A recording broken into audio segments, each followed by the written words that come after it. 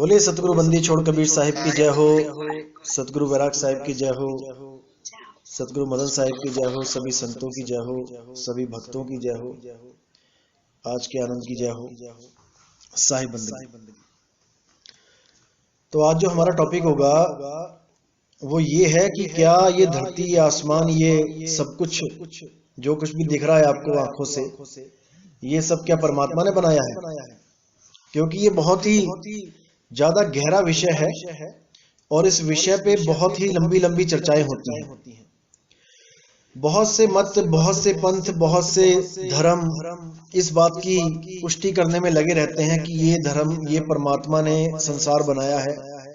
हमारे धर्मों की किताबों में लिखा है कि परमात्मा ने ही सारी सृष्टि बनाई है।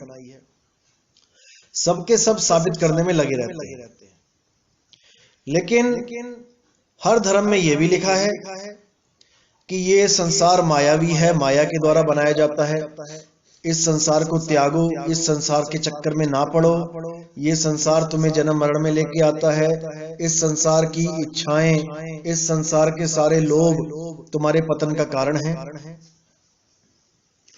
ऐसे भी बहुत सी चीजें बताई जाती हैं। तो समझ में ये नहीं आता है, कई बार बहुत से लोगों को सवाल होता है कि ये दुनिया बनाई क्यों है भाई? जब इस दुनिया को झूठ भी बताया गया है, इस दुनिया को माया भी बताया गया है और इस दुनिया को ही त्यागने की बातें भी की गई हैं कि तुम्हें मुक्ति चाहिए तो इस दुनिया के मोह को छोड़ दो। अरे भाई, हमारे पास दुनिया, हमारा कोई प्रलोभन नहीं है दुनिया में। प्रलोभन तो हमें दिया गया है। अगर ये दुनिया ना होती तो हमें क्या लोभ होता दुनिया का? हमारी कैसे इच्छाएं इस दुनिया में अटकती? ये दुनिया जब नहीं थी तब भी तो हम कहीं रहते थे, और जब ये दुनिया नहीं रहेगी तब भी हम कहीं ना कहीं तो होंगे, क्योंकि हम तो अमर बीज हैं। हमारा नाश नहीं होता। आज बहुत से लोग अलग अलग यूट्यूब चैनल के माध्यम से बताते हैं कि ये दुनिया परमात्मा ने बनाई है, ये दुनिया से पहले हम नहीं थे, ये दुनिया बनी है तभी हमारा जन्म हुआ है, माँ के पेट से हमारा जन्म हुआ है। ये अधूरा ज्ञान है भाई। गीता में भी साफ बोला गया है, हे अर्जुन, ऐसा कोई वक्त नहीं था जब मैं, तू या ये राजा नहीं थे। जो राजा महाराजा खड़े हैं, तेरे चाचा, तेरे भतीजे, तेरे मामा, तेरे दादा, तुम्हारे गुरु, ऐसा कोई वक्त ही नहीं था जब ये नहीं थे, और ऐसा कोई वक्त नहीं होगा जब ये नहीं होंगे। इसलिए हे अर्जुन, इनकी चिंता मत कर। ये मत सोच कि तू इन्हें मार देगा, ये खत्म हो जाएंगे। ये कभी खत्म नहीं हो सकते, ये अमर बीज हैं। जीवात्मा अजर अमर अविनाशी है, ये मरती जन्मती नहीं है। और जो आत्मा को ये सोचता है कि एक दिन मर जाएगी और या उसको कोई मार देगा या वो किसी को मार देगी, तो वो दोनों ही अज्ञान में जी रहे हैं। इस आत्मा को ना तो कोई शस्त्र काटने का सक्षम रखता है, ना कोई अग्नि जलाने की, ना ही हवा सुखा सकती है, ना ही पानी भिगो सकता है। इसको कोई कुछ नहीं कर सकता। अर्जुन, मोह को छोड़ और धर्म के साथ लग। इनकी हत्या कर, इनको मार। किस चीज के लिए मार? इसी दुनिया के लिए तो। भाई, झगड़े का मुद्दा क्या था? मुझे 5 गांव दे दो या मुझे हस्तिनापुर दे दो। झगड़ा तो वही रहा ना इस दुनिया का।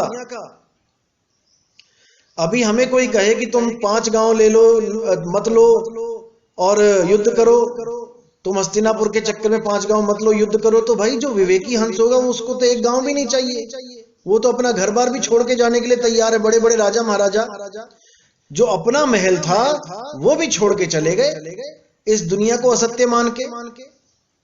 लेकिन यहां पे धर्म की बात आ जाती है, धर्म अधर्म की, क्योंकि वहां पर बात 5 गांव या हस्तिनापुर की नहीं थी। 5 गांव और हस्तिनापुर तो पहले भी छोड़ के वो कितने साल अज्ञातवास में रहे, जंगलों में रहे। बात वहां थी धर्म अधर्म की, सही गलत की। जो वहां पर अत्याचार हो रहा था जनता के साथ, उसको खत्म करने की बात थी और युग पलटने की बात थी। युग भी पलटना जरूरी था, इसलिए महाभारत का युद्ध हुआ। लेकिन मुद्दा वही आ जाता है कि ये दुनिया बनाई किसने, क्योंकि जब तक ये दुनिया बनाने वाले का समझ में नहीं आया, जब तक आप निकल नहीं सकते। जब तक आपको यही नहीं पता कि जिस देश में मैं रहता हूं, जिस दुनिया में मैं रहता हूं, वो मेरे पिता ने बनाई है या मुझे फंसाने वाले ने बनाई है, जब तक ये समझ में नहीं आया, भाई आप निकलने का ख्याल भी नहीं ले सकते। आप जिस घर में बैठे हो, आपको अच्छी तरह पता है मेरे पिताजी ने बनाया है, मेरे पिताजी के नाम पे है, हमारी जमीनें जायदाद है, तो आप आराम से रहते हो उसमें ताला मार के घर में। भाई दीवारें ही तो हैं ये, उन्हीं दीवारों को तुम अपना मान के बैठे हो, और वही दीवारें जब जेल की आ जाती हैं, वही दीवारें, वही ईंटें, वही पत्थर, वही सीमेंट, तब तुम्हें वो पराया लगने लग जाता है कि भाई मैं तो गलत जगह फंस गया। कोई किडनैप करके चार दीवारी में बंद कर दे, वही दरवाजा, वही दीवारें, सब कुछ वही, दुनिया भी वही, लेकिन वो कमरा पराया लगने लग जाता है। भले वहां पे वो आपको 5 साल खाना खिलाए बैठा के, लेकिन फिर भी आप किडनैप हो, आप उसको अपना नहीं मानते। इसी प्रकार आप इस दुनिया में रहते हो, जिस दुनिया में रहते हो, आप किडनैप हो। आप इस दुनिया में बैठे हुए, आपको खाना खिलाया जा रहा है, आपको पानी पिलाया जा रहा है, आपको हर सुविधाएं दी जा रही हैं, लेकिन फिर भी आप कैद में हो। आपके हाथ में हथकड़ियां नहीं डाली। जैसे काला पानी की सजा होती थी पहले, काला पानी की सजा में क्या करते थे, सब दोषियों को, सब कैदियों को काला पानी में उतार के उनको बेड़ियां नहीं लगाते थे। वो एक टापू होता था 30, 40, 50 किलोमीटर का, और चारों तरफ पानी होता था, समुद्र। तो उस टापू में से पता लगता था अंग्रेजों को कि कौन यहां से निकल के भाग सकता है, समुद्र में नहीं जा सकता कहीं भी। हजारों किलोमीटर का समुद्र कौन तैरेगा। इसलिए ना तो वहां कोई जेल होती थी और ना ही वहां कोई हथकड़ियां लगती थी। वहां घर बना के दे दिए उनको, रहो अपना मजे से, ताकि उनको यह भी एहसास ना हो कि हम काला पानी की सजा काट रहे हैं। धीरे धीरे वहां पे शादियां होने लगी, बच्चे पैदा होने लगे। आगे से आगे जब जनरेशन बढ़ी तो वो बच्चे उसी माहौल में पैदा हो गए, वहीं जेलों में पैदा हुए, जेलों में ही दूसरे बच्चों के साथ खेलने लगे, बड़े होने लगे। धीरे धीरे धीरे दादाजी भी मर गए, पापा जी भी मर गए, 1-2 जनरेशन खत्म हो गई, और वो जो बच्चे पैदा हुए थे उनको तो कभी सपने में भी नहीं पता लगा कि ये जेल है। वो तो उसको अपने दादाजी का घर मान के बैठ गए, अपने पिताजी का घर मान के बैठ गए, उन्हीं जेलों को अपना घर मान के बैठ गए, उन्हीं जेलों में खेलने लगे, और वहीं पे अपना परिवार बढ़ा के अपने आप को उसी काला पानी देश का बाशिंदा मानने लगे कि हम तो हैं ही यहाँ के, ये तो हमारे पिताजी ने बनाई है, हमारे दादाजी ने बनाई है ये जेल। जेल भी नहीं बोलते हैं, घर, लोक, मृत्यु लोक। लेकिन इस लोक का नाम ही मृत्यु लोक रखा हुआ है। इस पे भी किसी को समझ में नहीं आता कि अगर परमात्मा ने अपना ये देश बनाया होता, अगर घर बनाया होता, तो कौन अपने घर का नाम मृत्यु लोक रखता है, स्वर्ग लोक रखता है, आनंद लोक रखता है, और भी कई नाम हैं सुंदर सुंदर जो नाम रखे जाते हैं। देखो किसी के घर के पास जाओगे तो वहां पे कितने सुंदर नाम रखे होते हैं, मधुवन कुटीर, ऐसे ऐसे नाम रखे होते हैं। लेकिन इस लोक का क्या नाम रखा है भाई, मृत्यु लोक। मृत्यु लोक इसलिए रखा गया क्योंकि यहां पर कोई भी अचल नहीं है, यहां सब जग चलनहार। यहां कोई भी ऐसा नहीं है जो यहां पे टिक जाए। इस दुनिया में कोई टिक नहीं सकता। यहां पे तो चलो चलो लगी हुई है, एक आ रहा है, 2 जा रहे हैं, 2 आ रहे हैं, 1 जा रहा है, 1 आ रहे हैं, 2 जा रहे हैं, चलता ही चला जा रहा है, कोई रोक नहीं है। इसीलिए कबीर साहब ने पुष्टि करी कि ये हमारे परमात्मा का घर नहीं है, यहां पे हम अज्ञानतावश रुके हुए हैं, और अज्ञानतावश ही हम बार बार यहां आ रहे हैं, जा रहे हैं। इसीलिए साहिब ने बोला, रहना नहीं देश बेगाना है। ये बेगाना देश है भाई, इस देश में हमने नहीं रहना। यह संसार कागज की पुड़िया, बूंद पड़े घुल जाना है। देखने को लग रही है ये मिट्टी मोटी मोटी, और कितने ही अंदर गहराई में नींवें खोद खोद के ऊंची ऊंची बिल्डिंगें बना ली हैं, लेकिन ये बिल्कुल उसी तरह है जैसे दूध के ऊपर मलाई होती है, कहीं से मोटी जम जाती है, कहीं से पतली जम जाती है, लेकिन मलाई में उंगली मारोगे तो नीचे पानी ही पानी है। इसी प्रकार इस धरती के नीचे भी पानी है, और उसके नीचे भी अंदर जाके लावा है। ये दूध के ऊपर मलाई की तरह है ये धरती, ये धरती, ये संसार कागज की पुड़िया। जैसे कागज होता है, अखबार ले लो, कितना कुड़कुड़ा होता है। सुबह सुबह अखबार आपके घर में अखबार वाला फेंकता है, उस कागज को आप हिलाओगे, देखो कड़कड़ बोलता है। लेकिन उसी अखबार को एक बार पानी में डुबो देना, एक बाल्टी पानी में, उसी अखबार की क्या हालत हो जाएगी। इसी तरह ये धरती की हालत हो जाएगी। जब महाप्रलय आती है तो पानी में सब कुछ बह जाता है, सब बिल्कुल धरती का नामो निशान खत्म हो जाता है, पानी में ही जलमग्न हो जाती है ये। तो इसीलिए बोला है कि यह संसार कागज की पुड़िया, बूंद पड़े गल जाना है। कहां घर बनाओगे, कहां मकान बनाओगे, रहना नहीं देश बेगाना है। यह संसार कांटे की बाड़ी, उलझ पुलझ मर जाना है।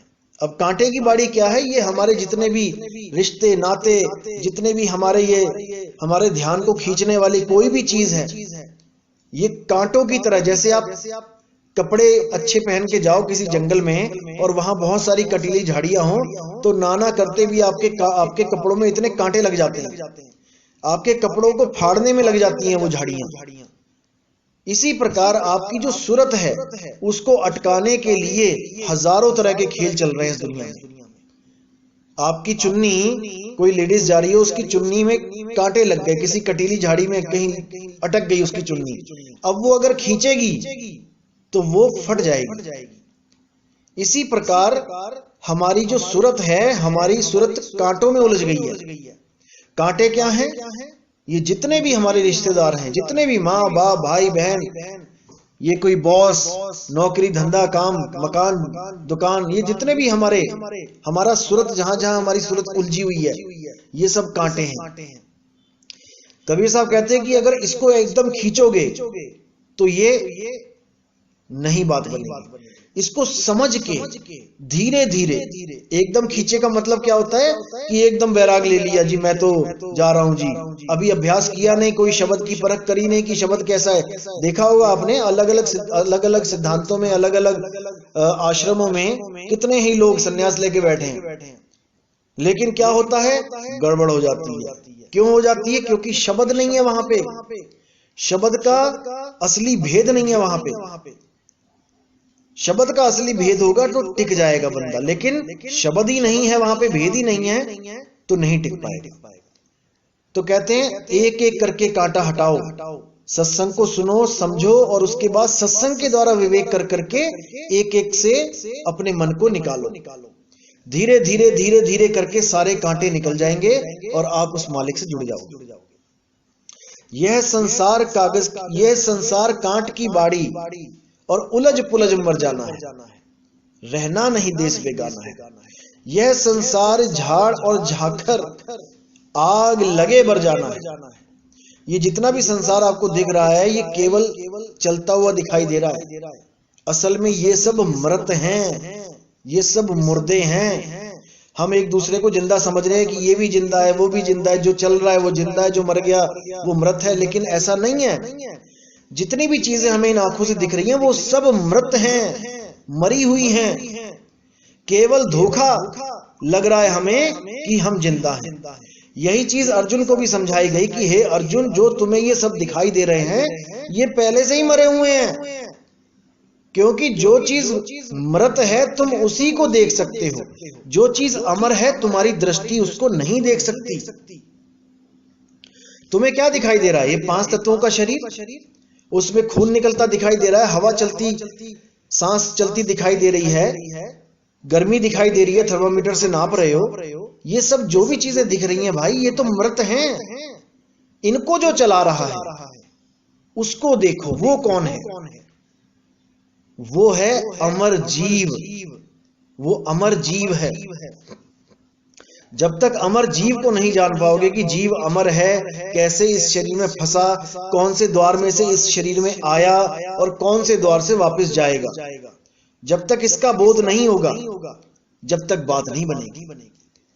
अब कोई कहता है कि ये नाभि द्वार से आया, कोई कहता है ये हृदय से आया।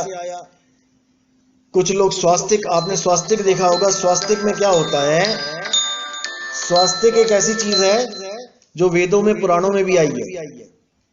अब कुछ लोग स्वास्तिक को लेके बैठ जाते हैं कि स्वास्तिक ही सार शब्द है, स्वास्तिक 52 अक्षरों से परे है, स्वास्तिक ही सब कुछ है। इस स्वास्तिक के ऊपर भी सत्संग करूंगा। तो कुछ लोग स्वास्तिक को मानने लग जाते हैं कि स्वास्तिक की वजह से ये जीवन चल रहा है, वही सार शब्द है। और स्वास्तिक में 4 हिस्से होते हैं, 4 चैम्बर, उसको हृदय बता दिया जाता है कि हृदय में जैसे 4 चैम्बर होते हैं, स्वास्तिक के 4 चैम्बर एक ही बात है, यानी हृदय में ही परमात्मा का वास है। क्योंकि गीता में भी बोला गया है कि मैं सब जीवों के हृदय में वास करता हूं, लेकिन जीवों के हृदय में बोला गया है, जीवों के शरीर के हृदय में नहीं बोला गया है। जीवों का हृदय अलग होता है और शरीर का हृदय अलग होता है। शरीर का हृदय होता है नाशवान और जीवों का हृदय होता है वो अविनाशी, वो आत्मा, शुद्ध चैतन्य स्वरूप आत्मा, जिसमें परमात्मा का वास बताया जाता है। तो इसीलिए साहिब ने फिर बोला कि यह संसार झाड़ और झाकड़ आग लगे बर जाना है, कहें कबीर सुनो भाई साधु सतगुरु नाम ठिकाना है। कि अगर तुम्हारा कोई ठिकाना है इस दुनिया में तो भाई वो केवल नाम है। अगर वो नाम तुम्हें मिल जाए फिर तुम्हारी सूरत को एक ठिकाना मिल जाएगा। अभी सूरत कहाँ रहती है? अभी इस शरीर में रहती है, देह में रहती है, और हर अवस्था में अलग अलग स्थानों पे रहती है। जैसे जागृत में आंखों में रहती है, स्वप्न में कंठ में रहती है, सुषुप्ति में हृदय में रहती है, ऐसे ही अलग अलग अवस्थाओं में अलग अलग स्थानों पे रहती है। इसके बारे में भी मैं पूरा सत्संग करूंगा, हर चीज समझ में आएगी। लेकिन जब शरीर त्याग देती है तब कहां रहती है? मुद्दा ये है, शरीर त्यागेगी और ठिकाना नहीं मिलेगा तो वापस किसी ना किसी शरीर में प्रवेश करेगी। जैसे आपका 5 करोड़ का मकान है, 10 करोड़ का मकान है, 20 करोड़ का मकान है, एकदम ढह गया, भूकंप आया, ढह गया। अगर बैंक में पैसे हैं तो दोबारा बना लोगे, अगर पैसे नहीं है तो क्या करोगे? तो किसी ना किसी गुफा में, किसी ना किसी पेड़ के नीचे, कहीं ना कहीं पल्ली लगा के, कोई बरसात से बचने के लिए तरपाल लगा के, कोई ना कोई छोटा मोटा कमरा तो बना ही लोगे। क्योंकि हमें बिना शरीरों के रहना नहीं आ रहा है। हम कहीं ना कहीं शरीर ढूंढेंगे, और शरीर ढूंढेंगे तो हम देह में आ जाएंगे। इसीलिए साहिब कह रहे हैं कि शरीर त्यागने से पहले अपने रहने का इंतजाम कर लो। कहां रहना है? कहें कबीर सुनो भाई साधो सतगुरु नाम ठिकाना है। जो नाम है वही तुम्हारा ठिकाना है, उसी नाम में जाके समाना है। और वो नाम कभी नाश नहीं होता, उस नाम का कभी नाश नहीं होगा, क्योंकि वो सत्य है, सत्य नाम है। उसी सत्य नाम में जब आपकी सूरत लग जाएगी, आप इस देही को ऐसे छोड़ दोगे जैसे किराए के कमरे को तब छोड़ दिया जाता है जब हम अपने घर को जाते हैं खुशी खुशी।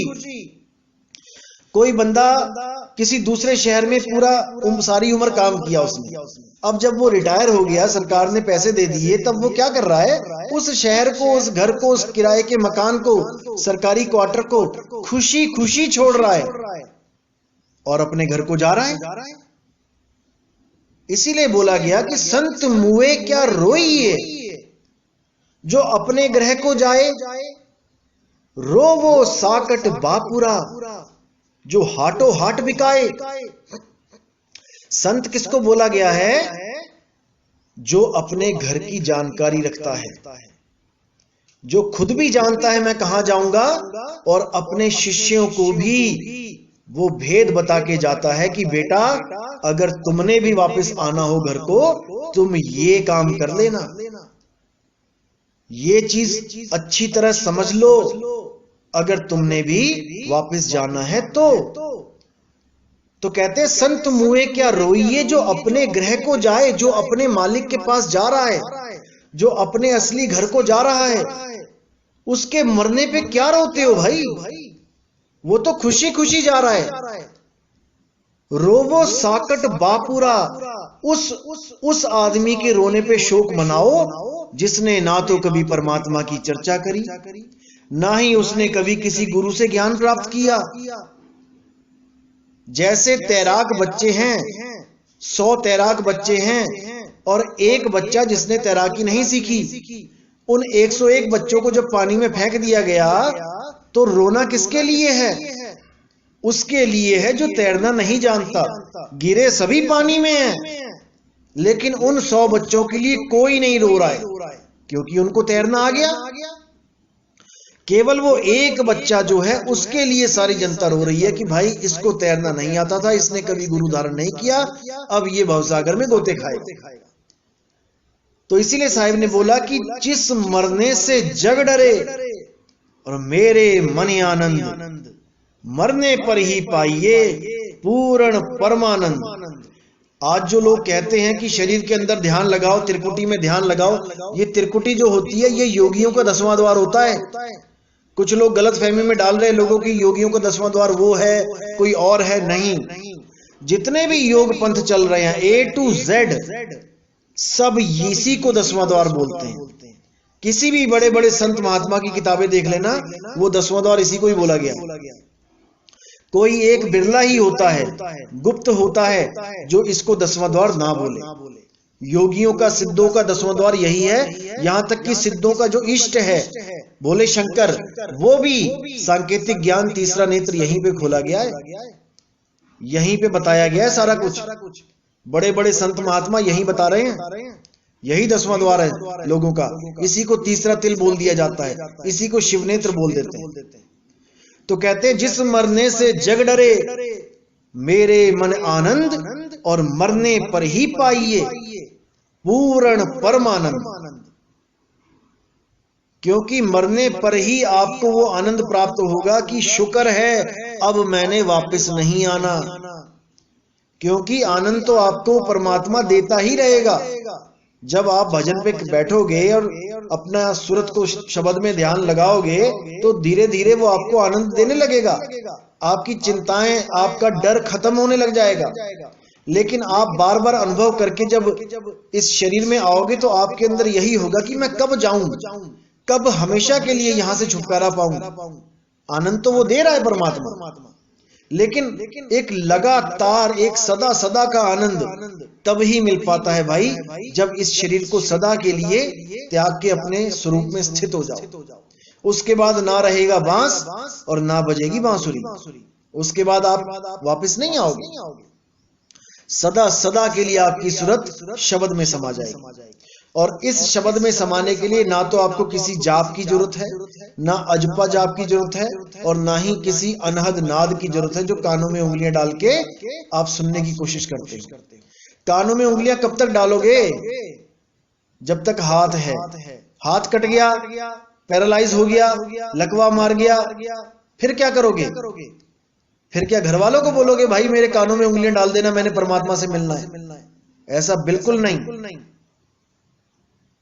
आंख न मूंदो, कान न रूंदो, तनिक कष्ट मत धारो, खुले नयन पहचानो हंस हंस, सुंदर रूप निहारो। खुले नयन होगा, नयन खुले होंगे संसार की तरफ। संसार में सब 5 तत्व दिखाई दे रहे हैं, लेकिन सूरत कहां होगी? 5 तत्वों से परे। कुछ लोग सोचते हैं कि अगर उस दरवाजे से निकल जाएंगे तो आगे भी प्रकृति मंडल है। अरे नहीं भाई, वहां प्रकृति मंडल नहीं है। प्रकृति मंडल केवल वहां तक है जहां तक तुम्हारी दृष्टि जा रही है, तुम्हारी, ना कि सामने वाले की। ये बहुत गुप्त रहस्य है। इस गुप्त रहस्य को तब जानोगे जब तुम्हें शब्द का अनुभव हो जाएगा। तब पता लगेगा कि वहां न जल है, न पानी है, न हवा है, न अग्नि है, न आकाश है। वहां 5 तत्वों से न्यारी अवस्था है वो शब्द में, शब्द की अवस्था है वो। वहां 5 तत्व नहीं है। लेकिन ये अनुभव का विषय है, करनी का विषय है, कथनी का विषय नहीं है। तो इसको अच्छी तरह समझ के परमात्मा के सही रास्ते पे चलना है। दुनिया क्या कहती है उसको कहने दो। दुनिया ने तो अड़चने डाली ही हैं, अब भी डालेंगी, कोई बात नहीं। हमने अपने रास्ते पे चलते जाना है, हमने सत्य का साथ देना है। तो आज का सत्संग यहीं समाप्त करते हैं। बोले सतगुरु बंदी छोड़ कबीर साहिब की जय हो।